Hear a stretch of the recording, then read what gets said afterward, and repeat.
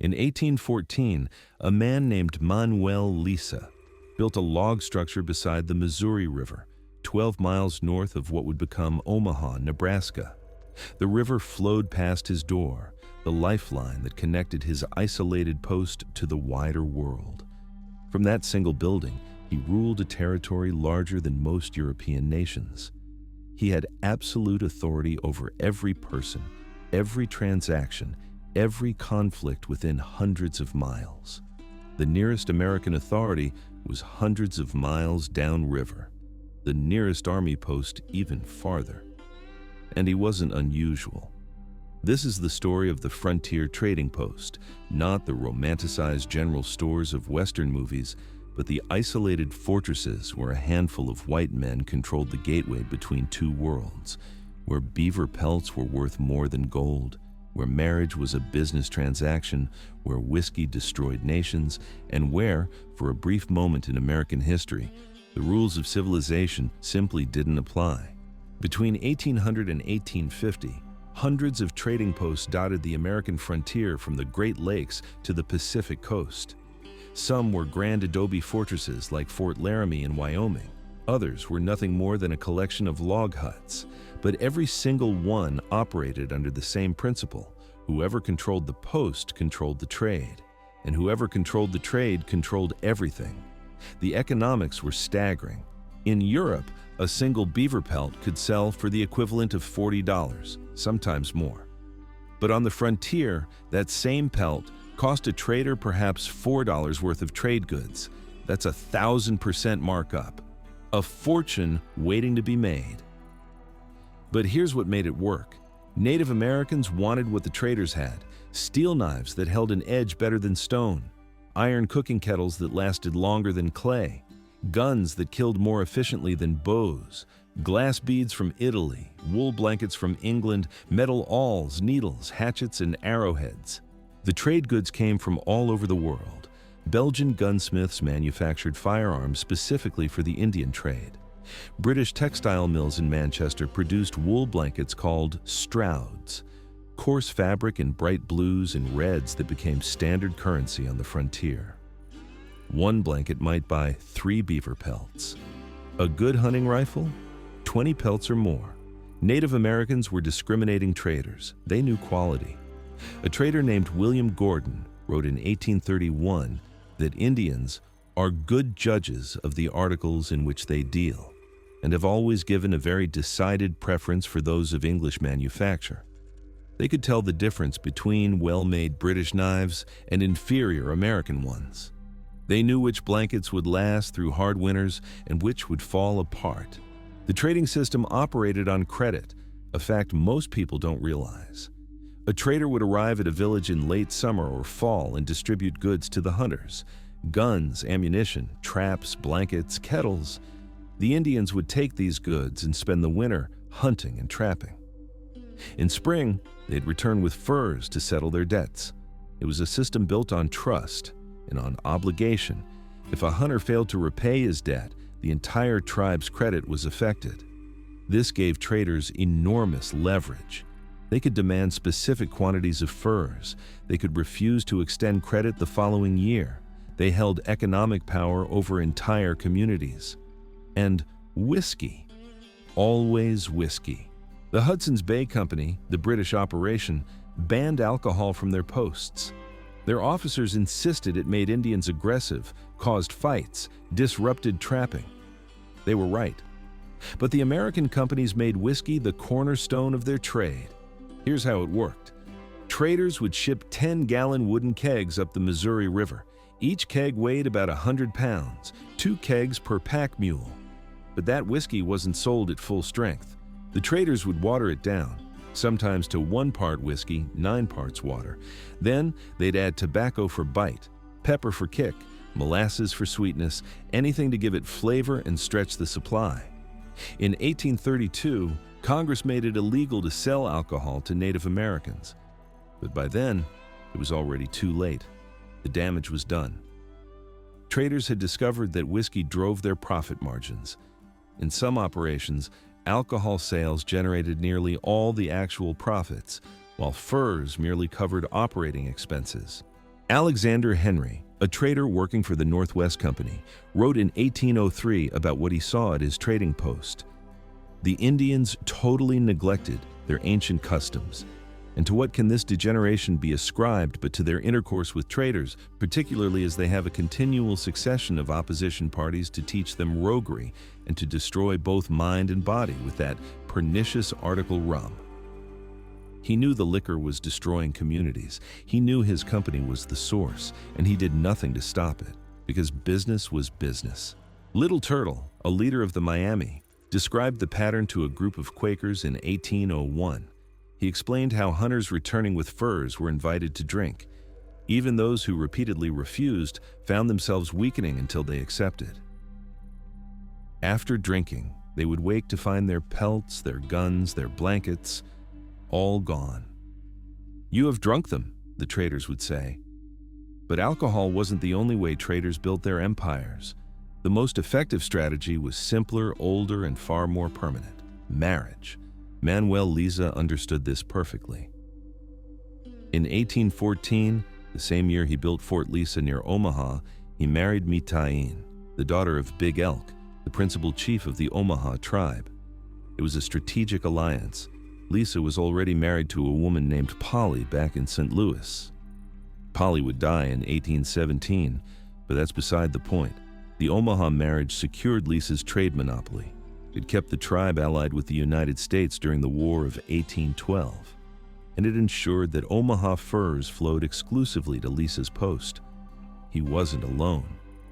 This practice, called mariage à la façon du pays, or marriage according to the custom of the country, was standard operating procedure across the fur trade frontier. Here's why it worked. If a trader wanted a band to hunt for him, he needed to create a formal family relationship. He would approach a woman's father and brothers with gifts. If they agreed, the marriage would proceed according to tribal customs, not European ones. No written contract, no church ceremony, just an exchange of gifts, usually trade goods and blankets, and a mutual understanding. The benefits were immediate. The trader gained entrance into the tribe as family.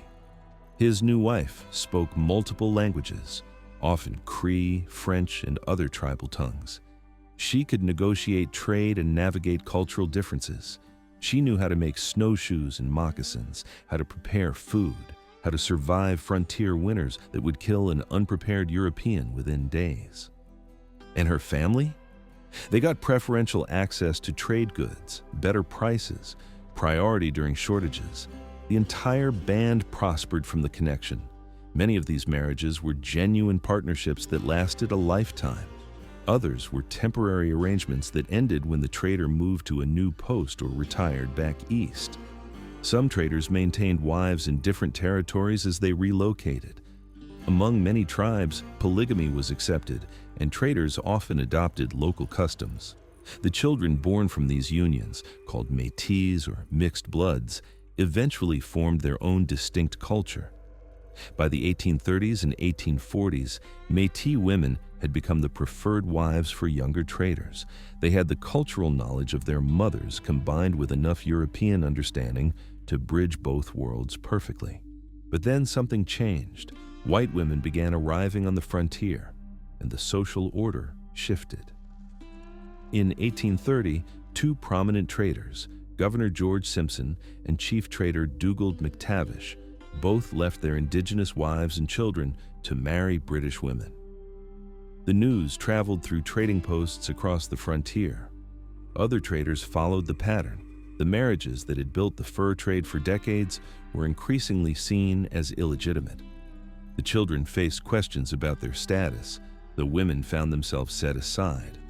Fort Laramie in Wyoming tells the story perfectly. Built in 1834 by William Sublette and Robert Campbell as Fort William, it started as a simple rectangular stockade made of cottonwood logs, elevated blockhouses on two corners and over the main entrance. Typical frontier construction. The location was strategic, at the confluence of the Laramie and North Platte rivers, right on the route to South Pass through the Rockies.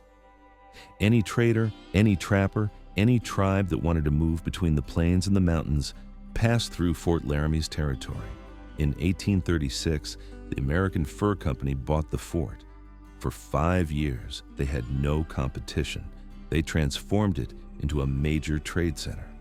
In 1841, when a rival named Lancaster Lupton built Fort Platt just a mile away, the American Fur Company responded by tearing down the old wooden fort and building a massive new structure made of adobe. They called it Fort John, but everyone knew it as Fort Laramie. The competition between Fort Laramie and Fort Platt was fierce. Both posts sent trading parties into Indian camps all winter long. They'd build temporary shelters outside villages, display their goods, and compete for every single pelt. And whiskey was the weapon of choice. Despite the federal restrictions, both forts trafficked in alcohol. If Fort Platt offered 2 bottles for a buffalo robe, Fort Laramie offered 3. The prices fluctuated. The quality was terrible. But the Indians kept trading. By 1845, Fort Platt was abandoned. The American Fur Company once again had a monopoly.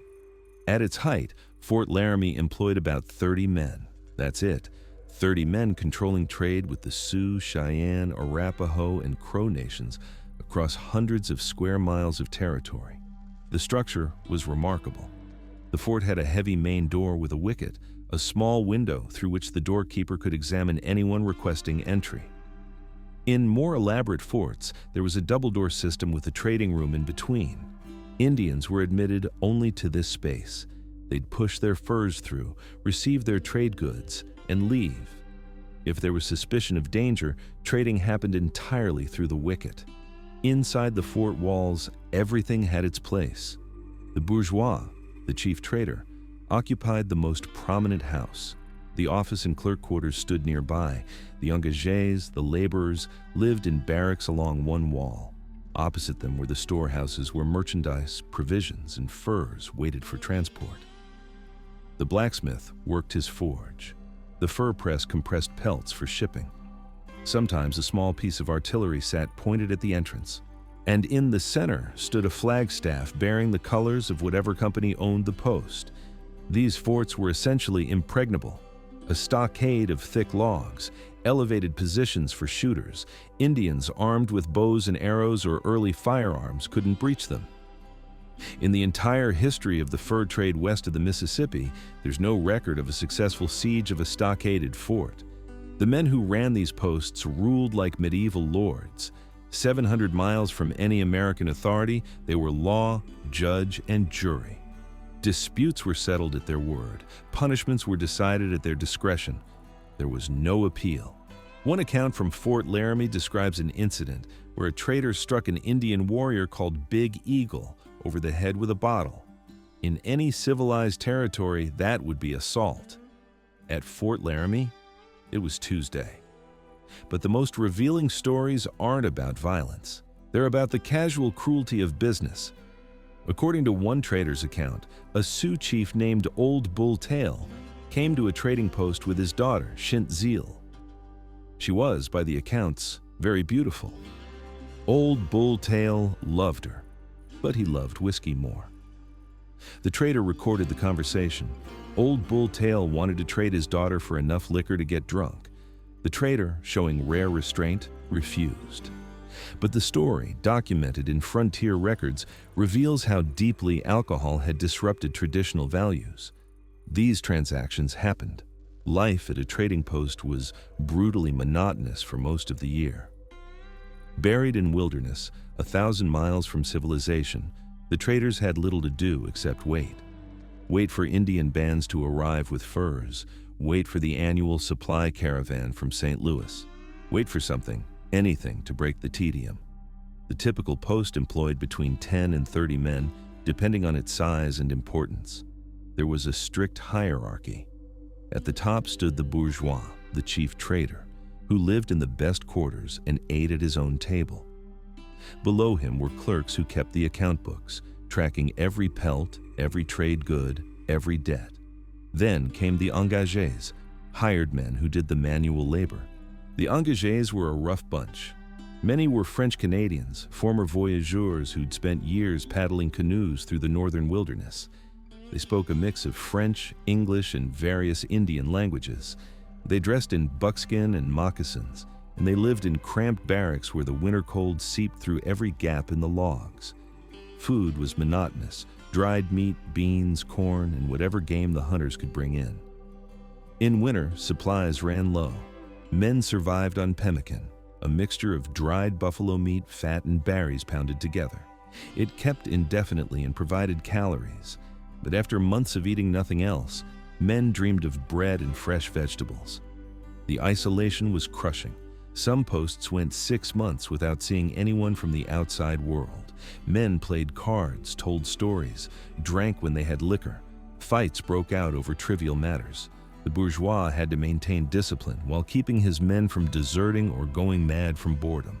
The most dangerous time was spring breakup, when ice on the rivers began to melt. That's when supply boats could finally reach the posts. That's when furs could be shipped downstream. And that's when traders learned whether they'd made a profit or faced ruin. Manuel Lisa was different. One contemporary wrote that Lisa put into his operations a great activity. I go a great distance while some are considering whether they will start today or tomorrow. He was legendary for his energy. Between 1807 and 1820, Lisa traveled more than 25,000 miles along the Missouri River, more than the circumference of the earth. He watched its waters carry him upstream toward the mountains and back down toward civilization, season after season. He helped his men pull keelboats upstream against the current. He slept on the ground beside them. He went without food during lean times. He shared every hardship. Those keelboats were remarkable vessels. 60 to 70 feet long, they could carry 30 tons of cargo. But moving them upstream against the Missouri's current required back-breaking labor. 20 men would grab a rope and walk along the shore, pulling the boat foot by foot. They called it cordelling. In places where the shore was impassable, men would use long poles to push the boat forward. A good day's progress was 10 or 15 miles. The journey from St. Louis to Fort Lisa took 6 to 8 weeks. Coming downstream was faster, but just as dangerous. The Missouri was thick with snags, trees that had fallen into the water and gotten stuck. A keelboat hitting a snag at full speed could be torn apart in seconds. Crews lost boats, cargo, and sometimes lives to the river's hazards. The annual supply convoy was the most important event in a trading post's year. It brought everything the post needed: trade goods, tools, food staples, mail from home, news from civilization. When the boat appeared on the horizon, men would fire rifles in celebration. The bourgeois would break out whatever whiskey remained. For a few days, the post came alive with activity, and then the boat would depart, loaded with furs. The traders would watch it disappear downstream, carrying their year's work and their hopes for profit. And the long wait would begin again. And he died in 1820, never achieving the great wealth he sought. But his methods, the trading posts, the strategic marriages, the network of relationships, became the blueprint for every fur trader who followed. The decline came quickly. By the 1830s, beaver populations had collapsed from overtrapping. Fashions in Europe shifted from beaver felt hats to silk. The demand plummeted. But the traders adapted.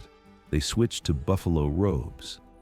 Beginning in 1831, steamboats made regular runs up the Missouri, their paddle wheels churning the muddy water, dramatically reducing shipping costs. The profits from buffalo robes boomed through the 1850s. The buffalo trade was different from the beaver trade. Indians did most of the killing and processing. Women spent countless hours scraping and tanning the thick hides, backbreaking work that took 3 days per robe. A skilled woman might process 30 or 35 robes in winter. Those robes bought guns, kettles, cloth, and inevitably more whiskey. At its peak, the buffalo robe trade shipped hundreds of thousands of hides east every year. In St. Louis, warehouses overflowed with bales of robes waiting for transport to eastern factories. The robes became carriage blankets for the wealthy. They became leather belts to drive industrial machinery. The demand seemed endless, but the railroad changed everything. Then railroads arrived, lines pushed west into Indian territory. Towns sprang up, farmers, miners, settlers, people who didn't want trade partnerships with Indians, they wanted the land itself. And by then, decades of alcohol abuse, disease, and dependency on trade goods had weakened the tribe's ability to resist. The fur traders had mapped the territory, established the routes, opened the door. The people who came after them walked through it. By the 1860s, the trading post era was over. The American military bought many of the old forts. Fort Laramie became a cavalry post protecting emigrants on the Oregon Trail. Others were simply abandoned, the logs scavenged for firewood, the adobe walls melting back into the prairie. But the legacy remained. The Métis people, descendants of those fur trade marriages, still exist as a distinct culture in Canada and parts of the northern United States. The routes established by fur traders became emigrant trails, then wagon roads, then highways. The posts became the sites of cities, and the relationships forged between traders and tribes, however exploitative, however complex, created a brief moment when cultures met on something approaching equal terms, not as conquerors and conquered, but as trading partners who needed each other. It wouldn't last. It couldn't last. The forces of American expansion were too powerful, the hunger for land too great. But for 2 generations, from roughly 1800 to 1850, the trading post was the edge of civilization, the place where one world ended and another began, where a man with enough courage, enough cunning, and enough disregard for conventional morality could build an empire from nothing but whiskey, blankets, and the pelts of animals. They called it soft gold, the beaver fur that Europeans wanted so desperately.